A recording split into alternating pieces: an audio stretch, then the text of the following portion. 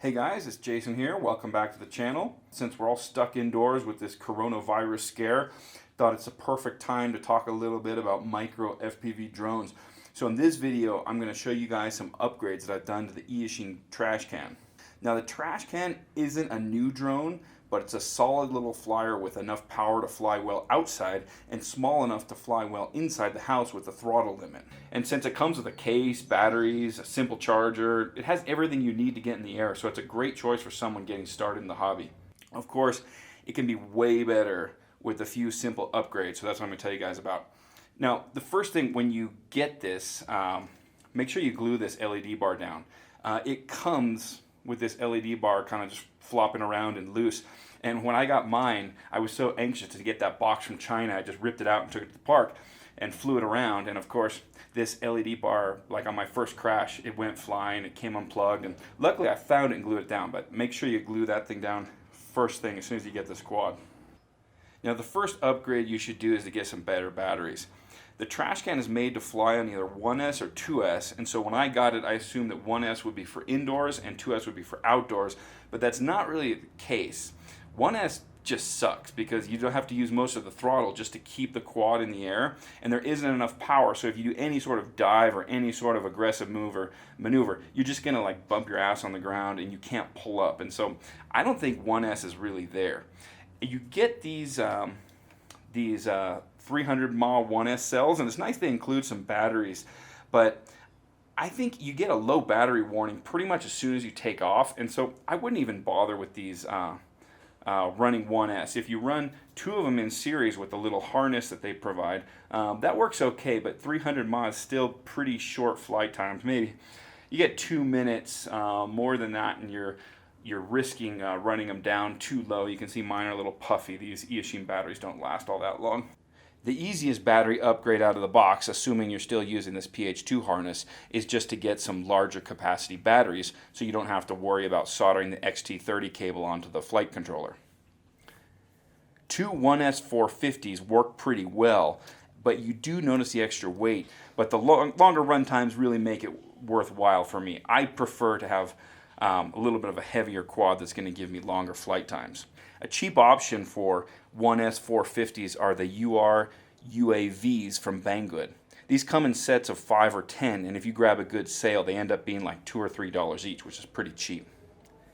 Although I should mention that I have pulled the connectors out of a couple of them. It seems like the build quality isn't quite as good as some of the other brands. So the leads are just crimped on there, but not particularly well, so a lot of times when you're pulling them out, of course you have to grab onto the connector, not the wires, but it seems to me like the build quality isn't really the same as Race Day Quad or some other brand. Eachine includes a simple USB charger, but it will literally take you all day to charge up a pile of batteries with that thing. So if you're going to stay with 1S batteries, you want to pick up a multi-charger. Something like this. I've had great luck with these A-Coda USB chargers from Amazon. They're really cheap, and what I really like about them is they will do high voltage if you want that, and they charge the cells individually. I really prefer that over charging in series because then I don't have to worry about the voltage of each individual cell when I plug it in. For me, the best part about running 1S batteries is that I can throw a couple of these in my bag and charge up my batteries from a phone charger or a power bank. Just make sure you're feeding this thing 2 amps, otherwise it'll take forever. As much as I like the convenience of running 1S, you can tell that the PH2 connector is a bottleneck because you get these low battery warnings even when you know the batteries have plenty of charge. So the second battery mod I did was to solder on the XT30 lead that comes with the quad.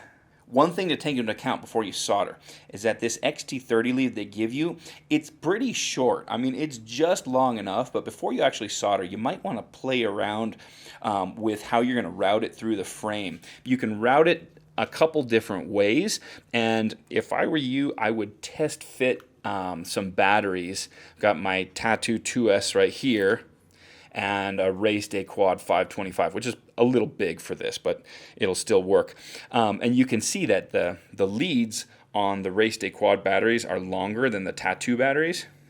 After flying a real 2S on this quad, it makes me wonder why they didn't just ship it out with the XT30 installed in the first place. If you do want to solder the connector on make sure you do it directly to the flight controller. It's tempting to just splice the connector onto the end of the existing battery lead, but if you did that, the thinner wire that you get on this PH2 harness and your actual splice would just create a bottleneck and defeat the purpose of doing it. Another upgrade this drone really needs is a set of decent props, because the stock props, well, they kind of suck. I mean, you get an extra set of them with the drone, and that's nice, and they fly fine. But since they're the push-on type, every time I crashed, they would just go flying, and I spent so much time walking around the park with my head down trying to find those tiny little props, and the gray ones are pretty much invisible, so it was really frustrating. I bought a set of these props from Amazon. I don't know what the brand name is. I couldn't even find a brand name, but they're sold by Crazy Pony or Crazy Horse. And they're really inexpensive, and for me the difference is night and day. I don't know if the plastic is better quality or what, but they don't fly off nearly as much. I mean, they still do a little bit. Like, you can tell that I got one pink on my nice set of white props. It's because the white one flew off and I couldn't find it. So you will still lose some props, but it happens like, I'd say 1 in 10 crashes or 1 in 5 crashes instead of like literally every crash. So definitely get yourself some better props. There's some good options on Banggood too. I don't have any real preference. I've just had good luck with those ones that I picked up on Amazon, so I'll put a link down below if you're interested. Now, the third upgrade I did was to the VTX antenna.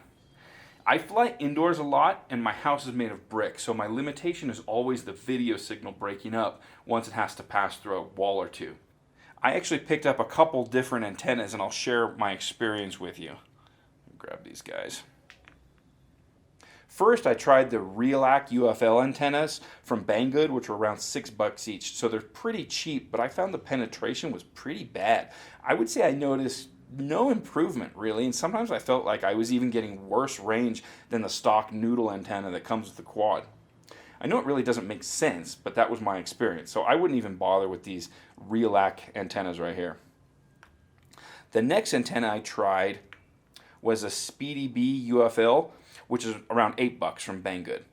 Now, with this antenna, I actually did notice better penetration when I would go behind a wall, but there was still a lot of breakup around my house. So not a bad option. Finally, I tried the iFlight Mini UFL antenna, which is about $8 from Amazon. This one was an improvement over the Speedy Bee antenna and was the best of the three. So this is the one that I'm using right now. You can see I've got it routed right there. That's how I installed mine. But it's the same. They come in set of 2, so it's the same thing. To put my experience into perspective, with the stock antenna, a lot of my house was out of range because my video signal would start to break up as soon as the quad would go behind a brick wall. But now with this antenna, I can actually see well enough to fly my trash can just about anywhere in my house, so the penetration is definitely a lot better. Although, to be honest with you guys, I was expecting more of a dramatic difference over the stock antenna. The boost in reception and penetration is there, especially in my case because my house is made of brick. It just isn't night and day. For me, any improvement in video reception is huge, so the $8 is totally worthwhile. But I would say that if you're on a budget, upgrading the antenna is more of an optional upgrade. So you might get more bang from your buck upgrading the props and the batteries first. Alright you guys, that wraps it up for the upgrades I've done to the Eachine Trashcan. I'm going to stick with the FPV drone theme during this coronavirus scare that we're all experiencing right now because, hey, we're stuck in the house. We might as well be flying micro quads around, right? So my next video will be about the Emax Tiny Hawk V2. That's my current upgrade. I'll give you guys a little teaser. This is the next one I'm going to be talking about, so that should be pretty cool. I'm playing around with that right now. All right, you guys, thanks for watching. I'll see you guys next time.